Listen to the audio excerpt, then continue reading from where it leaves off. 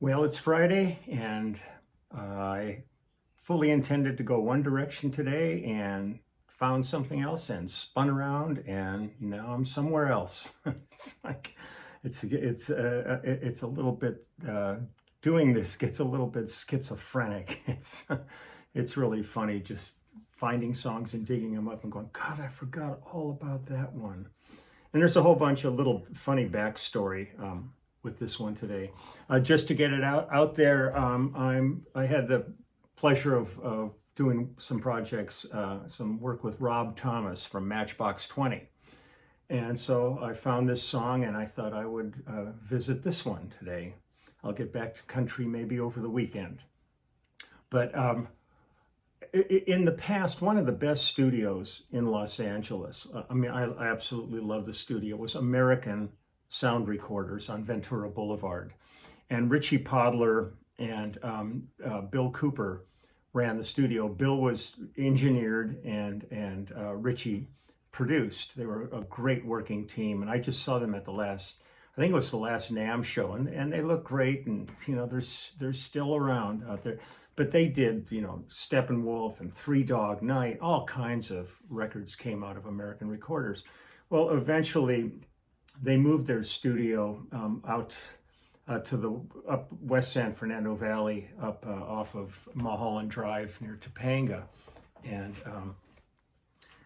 they ended up selling the studio to a really great producer that I've worked with, Matt Serletic, who did all of the Matchbox 20 records. And he ended up recalling it, was it Emblem Studios? But one of the first projects I did with Matt was Willie Nelson's The Great Divide, which is still one of my favorite records.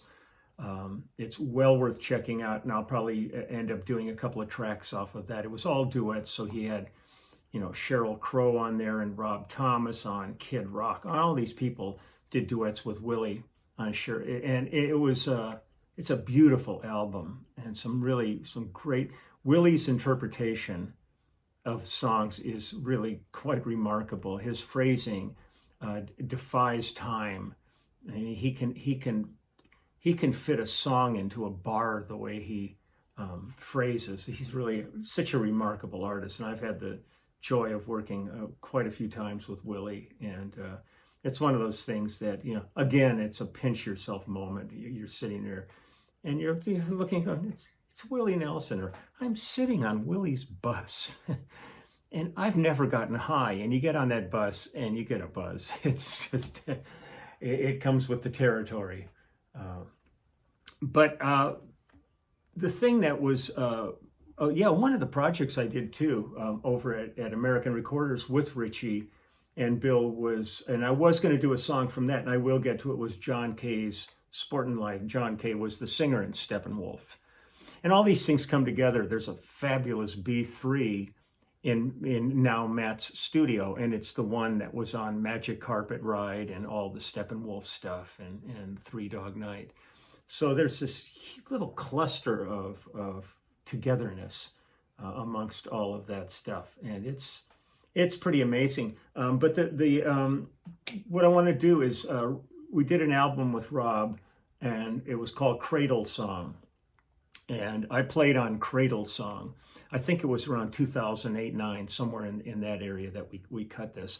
But the background vocals, I want to give everybody credit here, was Marisol Thomas. The bouzouki, oud, and lap steel were Ben Peeler. Drums were the great Jim Keltner. And the guitars were Rusty Anderson and Tim Pierce. Now, Rusty Anderson has been playing with McCartney now for years. And I thought it was the most perfect thing, because every time we would ever take a break, all Rusty ever wanted to do was play Beatles songs. And he played them like he was in the Beatles. And then all of a sudden he ends up in McCartney's band playing with Paul. And that's all he does. In the same way that Greg Bissonette, always loved to play Beatles songs, and ended up being in Ringo's All-Star Band. So, it's like these beautiful dreams that do come true for these guys, and it's pretty special. Oh yeah, it was funny. I made a note. It was funny when we'd be in the studio working with Richie and Bill would be focused on the console, and Richie always had a guitar in his hands, and he would always be playing along with the track. Not that we could hear him, but it's just the way he just sat there listening, producing, but he was always joining in on guitar. They were a funny team, man. They made some of the best records, and the studio was it was that perfect, funky little place. And there was a hamburger stand down the street from them. I can't remember what the name of it was, but they had their name and then their little logo saying, and it said, "The best meat in town. If you can't eat it, beat it." Man, talk about double entendre and stuff. It's, those days back then, 70s and 80s in Los Angeles was just magical. There were so many studios, so many creative people, so many great things going on. You'd walk around A&M Studios, and one room, the Carpenters would be there. Next room, Harry Nilsson would be working there. You'd go down to the record plant, and like John Lennon could be recording in one room, and just all these different people. Van Dyke Parks would be in another room work. I mean, the vitality and energy of this town was quite staggering. There's still elements of it, but it's a different world now. With the advent of digital technology and the availability of pretty decent gear at a pretty low price compared to what a studio would cost. So many people just end up working at home, and I get a lot of people that come up to me and they say, "God, man, how come all those old records sound so good?" And it's kind of a duh moment when that happens, because in those days, we were all in the studio together. We were in a great room. We generally had great engineers on the things. I'm not going to get into the analog digital domain because that fluctuates and everybody has their own opinion. But most of the time we were cutting to 16 or 24 track tape. But the thing that happens when you're in a great room with at least maybe 4 to 6 musicians for basic tracking, the things that can happen and evolve in there are unlike anything that's going to happen when you're sitting in somebody's bedroom or garage. Oops, don't let that go off there. If you're sitting in somebody's bedroom or garage by yourself with them just hitting play and you're just making your parts, you can do a great job on your parts. I'm not going to deny that. But the effect you have is only on your parts. You can't discuss other parts with anybody and make any changes because it's not there. They're not there.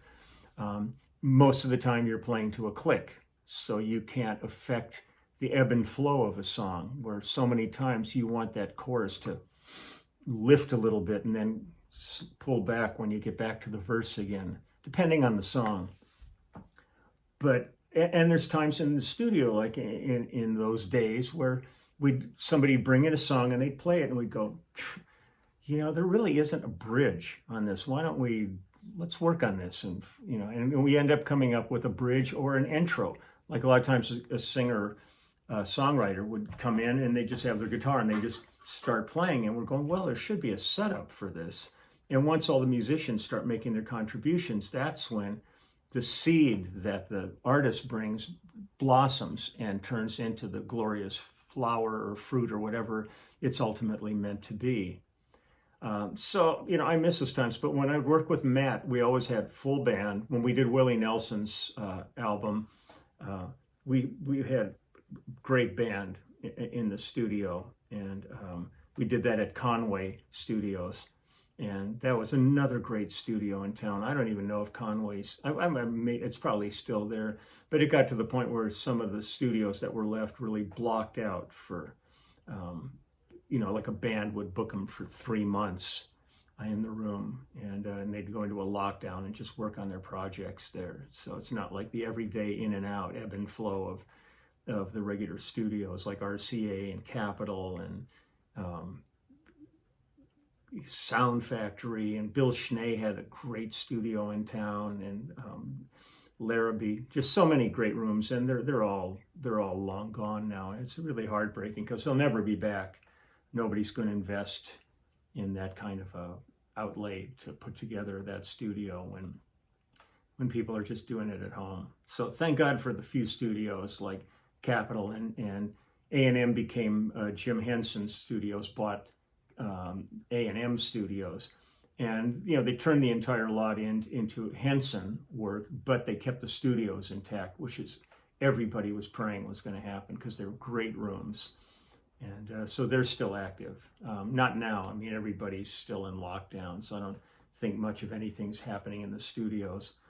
I've been called for a couple of projects that people were daring to go in, but nobody can guarantee safety. They all say, oh yeah, well, we've all got ISO booths and all that.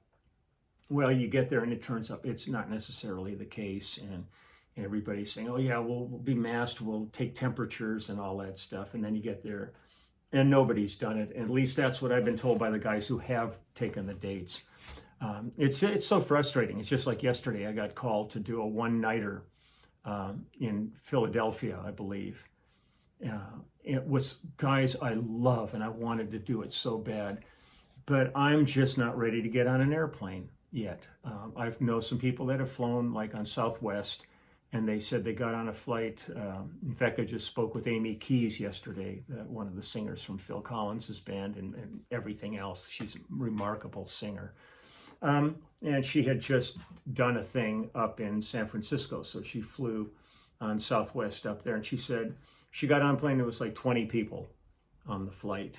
Well, that's if you got to do it, that's the only way it's going to be feasible, and I can't see that being sustained. But I got called to go back and do this thing, and I know for a transcontinental flight, they're going to pack it, and you're going to be breathing that air regardless if you have masks on and all that. You're going to be breathing this processed air for a good 6 hours between getting on the plane and getting off the plane and the flight, and then also going through the airport. So at least maybe I'm a chicken shit. I don't know. But I just spoke with a very dear friend of mine yesterday, great songwriter who had some massive hits down, and he's living in Nashville. And his son called me and said, Dad's in the hospital. He had 105 fever, and he's been diagnosed as positive. And thank God I called him yesterday and his temperature's down. But I'm just not ready to say this isn't real, because I've had too many people I know die, and too many that are gravely ill, and every day the numbers are just climbing. I mean, every day is worse than the previous day, and all of those are worse than when this whole thing started. So I'm just going to keep hunkering down and doing this, even though I would still be doing this if I'm working. But I'm just, as one would say, I'm just so horny to get out there and work. There's nothing that would make me happier than to feel safe enough where when you get these calls, you just go, yeah, I'm in. I mean, under other circumstances, I'd be there in a second. I never say no to anything, and I love, love, love working. So we'll see. So now this is my new job, and I'm going to enjoy it. So that's all of that. Anybody that starts this one, if they want to jump up to about 14 minutes, then you can hear Cradle Song by Rob Thomas. So here we go, Rob Thomas.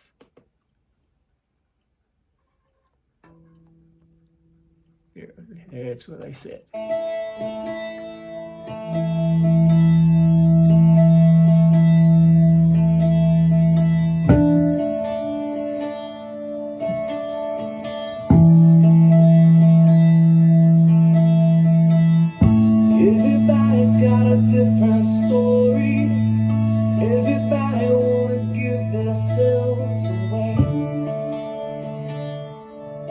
I'm still afraid. If we can stay out of the field of vision, if we can keep ourselves a half a world away, oh, we'll be okay. The world can be so cruel, but I will sing for you this cradle song.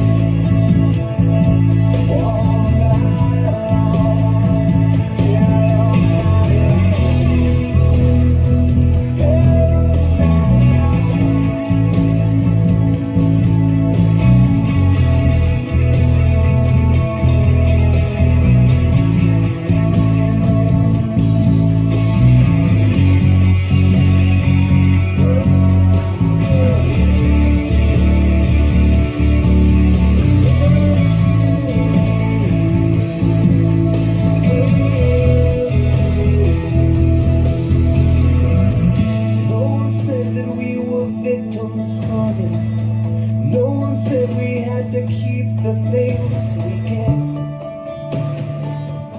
and there ain't no regrets. And all our friends, they moved to Hollywood, but we ain't that desperate yet. Ain't nothing like the real thing. The world can be so cruel, that will let me sing to you this little song all night long. The world can be so cruel, but I won't Let me sing. grab that. That was the one thing I just forgot. This little song all night long. The world can be so cruel, but I will sing for you this cruel song all night long. This cruel song, this cruel song.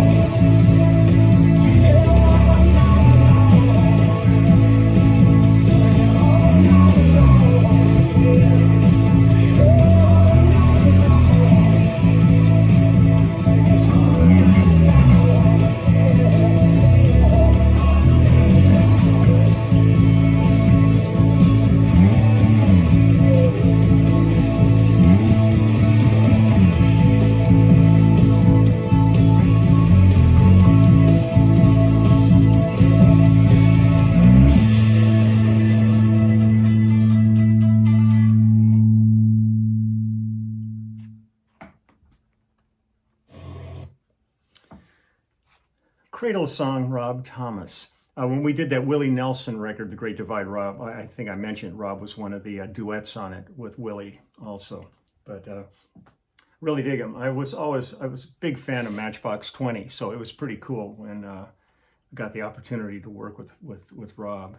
But I'm not even going to apologize for that little moment in there. It's so weird. I forgot about the song, just ran it just before we did this. So it'll all be in there, tucked away somewhere in some form or other. I remember when the section was together and we were playing one of the great clubs in LA back in the day was Dante's on Lankershim in North Hollywood. It was primarily a jazz club, but when the section played there, I mean, we could pack the place.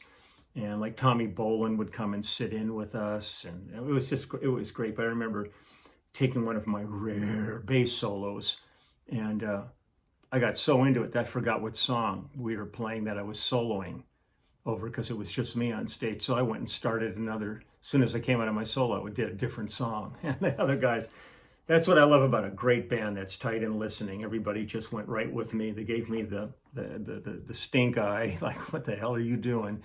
But they all went for it, and nobody in the audience knew any the better for it. So that was great. And that's what I love about being in a band. When the band is working right, there's nothing like it. When it's not working right, it is the crappiest place in the world. I remember when I was out on the first tour with Toto, and I mean, I wasn't a member of the group. I was Chance the gardener, and they were having a band meeting in one of the hotels, and I walked by and I sat there for a few minutes and listened to their meeting, and I just looked at them. I said, "This is why I don't join a band." And I walked away because it just was so silly, really funny. But I love the cats, and it was nothing terrible going on. It's just the dynamic of bands can be really funny, like family. So that's it for now. I'm just hanging, waiting to do a Zoom conference with our band, the immediate family and management, discussing a whole bunch of things going on. Again, I've got it posted on my Facebook page, August 2nd at 6 p.m. Pacific Standard Time. We're rebroadcasting the show we did about a month ago at the Coach House here in Southern California. The show was great, but there were technical issues with the sounds. And some people said they heard it fine, other people said they couldn't. But Steve Postel and Waddy got their hands on the master of the whole show and completely tweaked the audio side of it. Didn't change anything in terms, just got it working the way it's supposed to be for a concert. And so we thought it deserves another opportunity. So if you want to see it, you can go to alerttheglobe.com, and it's up on there, and it will explain. It's like $2. I think we put $2, $5, or $1,000 on it. So for all of you that are thinking about maybe putting down $1,000 for it, send me your email. I want to become your new best friend. For the $2, it's a great show. $5, it's a great show. It's just such a crazy world right now. I mean, everybody's looking to do all kinds of things, and I'm still actively getting material from my clubhouse. There's 8x10s that are going to be there.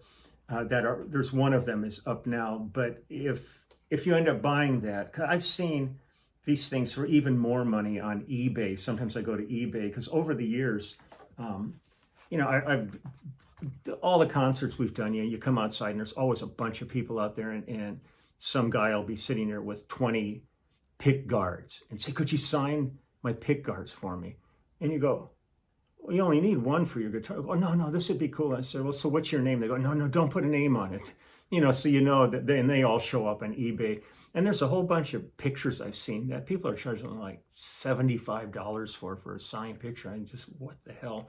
But the pictures I'm going to have up there, I will be signing them personally to whoever buys them. It'll be your name on it and my little salutation on it, and then get that off to you, so that if there's like a hole on a wall that you don't have any spackle, a picture of me will work just perfectly taped over a hole, and however you want to use it. But all this stuff's been fun. I'm having just a great time with the clubhouse, and looking forward to the next live stream. And that'll be down the pike here a little bit. And I'm just putting out a shout out to my friend down in Nashville who's in the hospital right now, just hoping to get well enough to leave and not, get worse and have to be ventilated. It's so scary every day just watching this and seeing, it's interesting. Like, you see some people when they start a project and you see when they finish, and the toll it takes on them, especially, like what Bush looked like at the end of his presidency, what Obama looks like. I mean, they're so, the life force is really challenged. And when I see doctors and nurses interviewed now, they are really have been pushed to the max. So, man, really appreciate all these people that are working so hard on a daily basis. Some of you, I read all the comments, and some people still think so much of this is nonsense, and I'm falling for lies and all that. But really hard to discuss the lies I'm falling for when I'm talking to the families of people who have died or are in the hospital in very critical condition. So I'm just going to stay with my naivete about everything and just hope for the best for everybody. And let's just get all through this together so that at the end of all this, we can still be here hanging out and not have a memoriam at the end of these. So, okay. I'm going to get ready for our Zoom meeting, and then we have a band Zoom interview after that. And then after that, then I'm probably going to do something else. Who knows? Okay, take care. Bye-bye.